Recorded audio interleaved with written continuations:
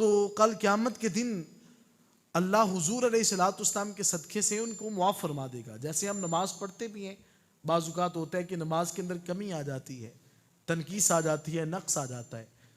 ہم نماز پڑھنے کے بعد یہی عرض کرتے ہیں نا کہ ربنا تقبل منا انک انت السمیع العلیم، ہمارے رب ہم سے ہماری عبادت کو تو قبول کر لے، بے شک تو ہی تو ہے ہر چیز کو سننے والا اور جاننے والا. تو انسان اس مقام پر آ کر کے یہ بات سمجھے کہ انسان کی عبادت وہ نہیں ہے کہ جو حضور علیہ الصلوۃ والسلام نے اپنے رب کی بارگاہ میں عبادت کی، اللہ کی بارگاہ میں جو سجدہ کیا. اسی لیے تو ہم کہتے ہیں نا کہ سبحانک ما عبدناک حق عبادتک، مالک جیسی تیری عبادت کرنے کا حق تھا ویسی ہم تیری عبادت نہ کر سکے. یعنی ہمیں اپنی عبادت کرنے کے بعد پھر اس پر اترانا نہیں ہے، اکڑنا نہیں ہے کہ میں نے نماز پڑھ لی، مجھ سے بڑا نمازی کون ہے. آپ نے وہ ایک جملہ سنا ہوگا، نیکی کر دریا میں ڈال. یہ نیکی کرنے کے بعد پھر ہم نے بھول جانا ہے، لوگوں کو نہیں بتانا کہ میں نے 5 وقت کی نماز پڑھی ہے، میں نے خیرات کی ہے، صدقہ دیا ہے. ہم نے نیکی کرنے کے بعد اس کو ذہن سے نکال دینا ہے کہ میرا کوئی نیک عمل ہے. وہ اگر عمل اور اجر دیکھنا ہے تو وہ کل قیامت کے دن دیکھا جائے گا. ہاں، گناہ کرنے کے بعد پھر اس کو نہیں بولنا، اس کو ذہن میں رکھنا ہے، دل کے اندر کھٹکا آتا رہے کہ مالک کبھی تیری زمین کے اوپر چلتے ہوئے میں نے یہ بھی گناہ کیا تھا، میں نے یہ بھی گناہ کیا تھا. گناہ کو زندگی میں نہیں ہم نے بولنا. حضور علیہ الصلوۃ والسلام آپ کے غلام حضرت عمر بن خطاب رضی اللہ تعالیٰ عنہ، چونکہ میں بلا تشبیہ و تمثیل اس بات کو بیان کروں گا، چونکہ حضور علیہ الصلوۃ والسلام کے جو اصحاب ہیں وہ گناہوں سے محفوظ ہوتے ہیں. جیسے نبوت معصوم ہوتی ہے، اس بات کو، اس عقیدے کو سمجھیے گا. نبوت جو ہے وہ گناہ سے معصوم ہوتی ہے، ہر خطا سے نبوت جو ہے وہ معصوم ہے، اور ملائکہ وہ بھی گناہوں سے معصوم ہیں. لیکن جو حضرات الاصحاب ہیں و صحابیات ہیں، انہیں اللہ تعالیٰ نے گناہوں سے محفوظ کیا ہوتا ہے، ان کے قریب بھی گناہ نہیں جاتا. تو میں بات کر رہا تھا حضرت عمر بن خطاب رضی اللہ تعالیٰ عنہ، آپ صلح حدیبیہ کے مقام پہ میرے آقا علیہ الصلوۃ والسلام نے فرمایا کہ ہم یہاں پہ جو ہے وہ مشرکین مکہ سے ایک جو ہے وہ معاہدہ سر انجام پائیں گے. تو اس معاہدہ کو حضور علیہ الصلوۃ والسلام کے سامنے تحریر کیا جاتا ہے، اور وہ ساری کی ساری وہ شکیں وہ تھیں کہ جو ایسا لگتا تھا کہ جیسے مسلمانوں نے وہ کفار کے سامنے دب کے جو ہے وہ اس کو قبول کر لیا ہے. لیکن میرے آقا علیہ الصلوۃ والسلام کے غلام حضرت عمر بن خطاب عرض کرتے ہیں، یا رسول اللہ صلی اللہ علیہ وسلم، حضور کیا ہمارا دین سچا نہیں ہے؟ کیا ہمارا رب اور جو ہے وہ کیا آپ کی ذات سچی نہیں ہے؟ میرے آقا علیہ الصلوۃ والسلام نے فرمایا کہ ہاں عمر، میرا خدا بھی سچا ہے، میں بھی اس کا سچا رسول بن کر کے آیا ہوں، میرا دین اور مذہب بھی سچا ہے. تو عرض کی حضور آپ نے ان کے سامنے ان جو ہے وہ حدود و قیود کو قبول کیوں کر لیا؟ تو آپ کی آواز تھوڑی سی بلند ہو جاتی ہے. حضرت عمر بن خطاب رضی اللہ تعالیٰ عنہ نے ساری زندگی پھر 2 رکعت نفل پڑھتے رہے ہیں، اور کبھی کبھی حضور کو تنہائی میں ملتے تو حضور کے قدموں پہ ہاتھ رکھ کر کے عرض کرتے، حضور کیا وہ میری حدیبیہ کے مقام والی خطا معاف ہو جائے گی کہ نہیں؟ کیا آپ مجھ سے کل قیامت کے دن پوچھیں گے تو نہیں کہ عمر تو نے میری بارگاہ میں آواز کو بڑھایا تھا؟ میرے آقا علیہ الصلوۃ والسلام نے فرمایا، عمر کیا تیرے دل کے اندر اتنا کھٹکا ہے؟ عرض کی حضور چہ جائے کہ اعمال بڑے اچھے ہیں، لیکن وہ عمل مجھے آج تک نہیں بھولا. تو بات کرنے کا مقصد یہ تھا کہ نیکی کر کے اس کو بھول جائیں، اگر کبھی غلطی دل سے ہو جائے تو اس کو کبھی بھی نہ بھولیں. تو ذات محترم میں بات کر رہا تھا کہ رب کائنات نے حضرات الاصحاب کو خطا سے محفوظ کر دیا ہے، لیکن اس کے باوجود جو ہے دل کے اندر اتنا کھٹکا ہے. میرے حضور قبلہ عالم نے کیا خوب لکھا، آپ فرماتے ہیں فضل دی آس بھی مینو تے نالے ڈر بھی آندا ہے. فضل دی آس بھی مینو تے نالے ڈر بھی آندا ہے، ندامت ہے کہ کوئی اپنے گھر بے زر بھی آندا ہے. انسان کو امید بھی ہے، لیکن اس امید کے باوجود ہمیں اللہ سے ڈر بھی لگتا ہے کہ کہیں کل قیامت کے دن خدا ہم سے سوال ہی نہ کر لے. تو ذات محترم میں بات کر رہا تھا، حضور علیہ الصلوۃ والسلام اللہ تعالیٰ کے آخری رسول بن کر آئے ہیں. میرے آقا علیہ الصلوۃ والسلام کے جو معیت والے ہیں، فرمایا وہ لوگ جو آپ کے ساتھ ہیں ان کی زندگی کیسی ہے؟ فرمایا اشداء علی الکفار، میرے حضور کے صحاب کے بارے میں فرمایا گیا کہ وہ کافروں پر بڑے سخت ہوتے ہیں، رحماء بینہم، لیکن آپس میں ان کا جو ہے وہ مزاج بڑا خوبصورت سا ہوتا ہے، وہ آپس میں بڑی خندہ پیشانی کے ساتھ ملتے ہیں۔ تو ذات محترم کریم آقا علیہ الصلوۃ والسلام کے صحاب کا زمانہ بڑا خوبصورت سا زمانہ ہے۔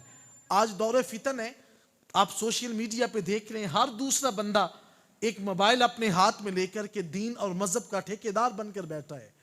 لیکن کبھی سوچا کریں ہمارے لفظ زبان سے ایسے نہ جو ہے وہ صادر نہ ہو جائیں کہ ہم دیکھیں بھی نہیں ہمارے اعمال ہاتھ سے نکل جائیں، کہیں ایسا عمل نہ ہم سے سرزد ہو جائے۔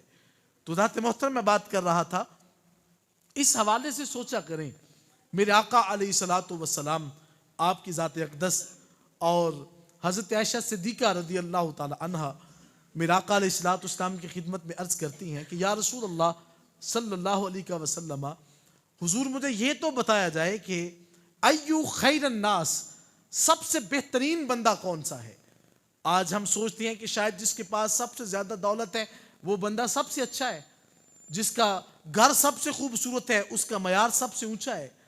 لیکن میرے آقا علیہ الصلوۃ والسلام نے فرمایا کہ صحابہ، سب سے بہترین لوگ وہ ہیں جنہوں نے میری زیارت کر لی اور مجھ کو حالت ایمان میں دیکھا ہے۔ امام ترمذی اس حدیث مبارکہ کو لے کر کے آتے ہیں، میرے آقا علیہ الصلوۃ والسلام نے ارشاد فرمایا، نعرہ تکبیر، نعرہ رسالت، حضور قبلہ عالم، تاجدار ختم نبوت۔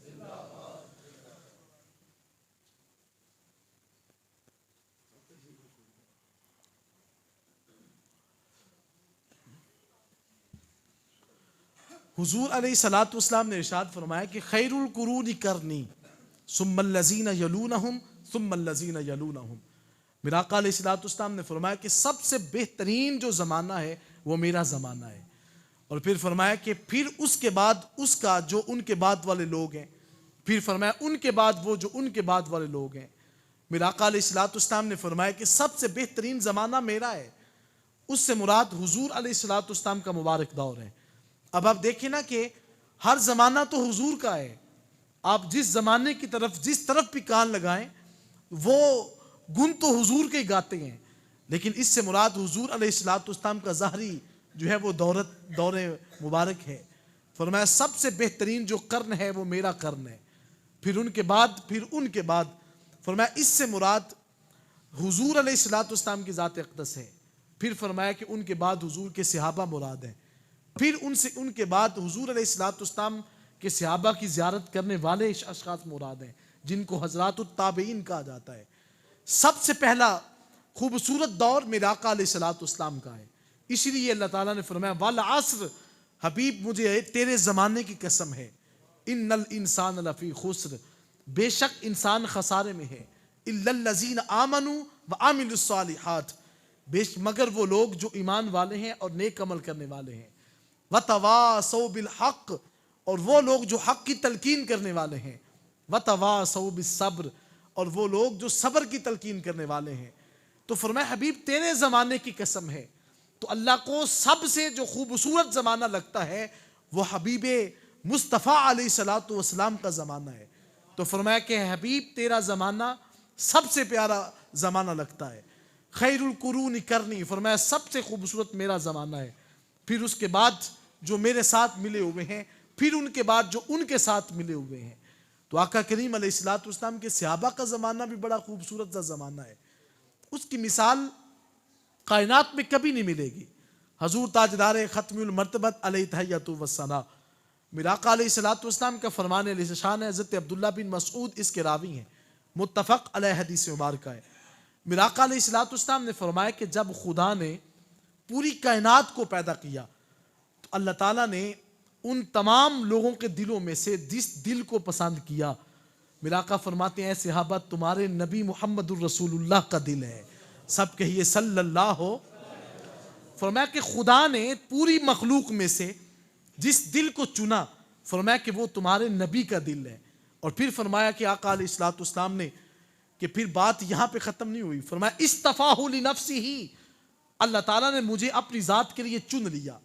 میرے آقا علیہ الصلوۃ والسلام کی زبان جب کھلتی ہے، آقا کریم علیہ الصلوۃ والسلام اس دنیا میں تشریف لاتے ہیں تو حضور علیہ الصلوۃ والسلام کے لب کے قریب حضرت آمنہ فرماتی ہیں کہ کبھی بچہ بچپن میں کلام نہیں کرتا. حضرت آمنہ رضی اللہ تعالی عنہا فرماتی ہیں میں نے اپنے بیٹے کے لبوں کے قریب جو اپنا کان جو کیا تو فرمایا کہ میرے بیٹے کے لب ہل رہے تھے. فرمایا کہ ان لبوں سے جو پہلا کلمہ نکلا تھا وہ یہ نکلا تھا ربی حبلی امتی، اے میرے رب میری امت کی بخشش و مغفرت فرما دے. یہ کتنے کمال کی بات ہے. ہر نبی آیا اور اس کو اللہ تعالیٰ نے 40 سال کے بعد کہا کہ ہم نے تجھے اس بات کا مسردہ سنایا ہے کہ تو نے لوگوں تک دین کی بات بتانی ہے، میرے اور آپ کے آقا علیہ الصلوۃ والسلام.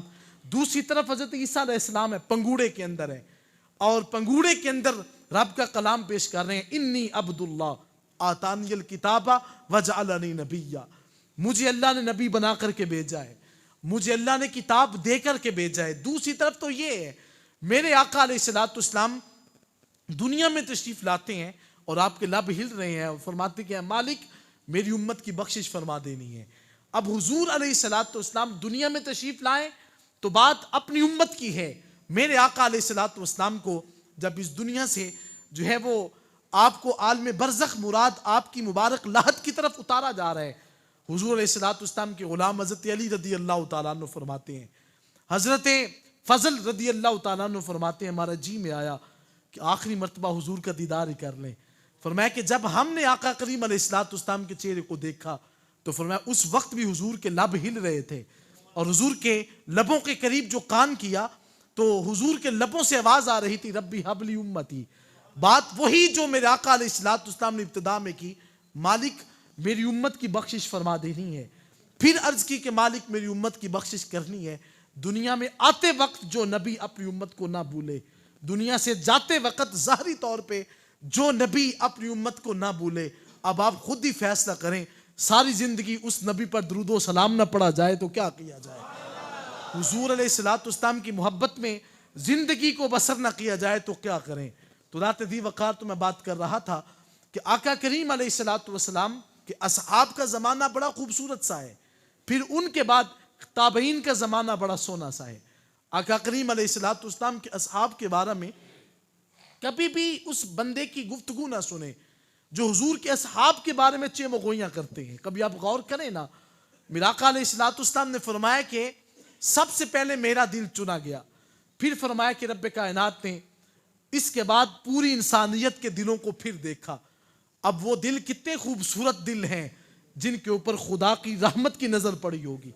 فرمایا کہ پھر خدا نے میرے اصحاب کو دیکھ لیا، فرمایا کہ ان کے دلوں کو چن لیا. صحابہ تمہارے دل وہ ہیں جن دلوں کو میں نے پسند نہیں کیا بلکہ جن دلوں کو خود خالق کائنات نے پسند فرمایا ہے.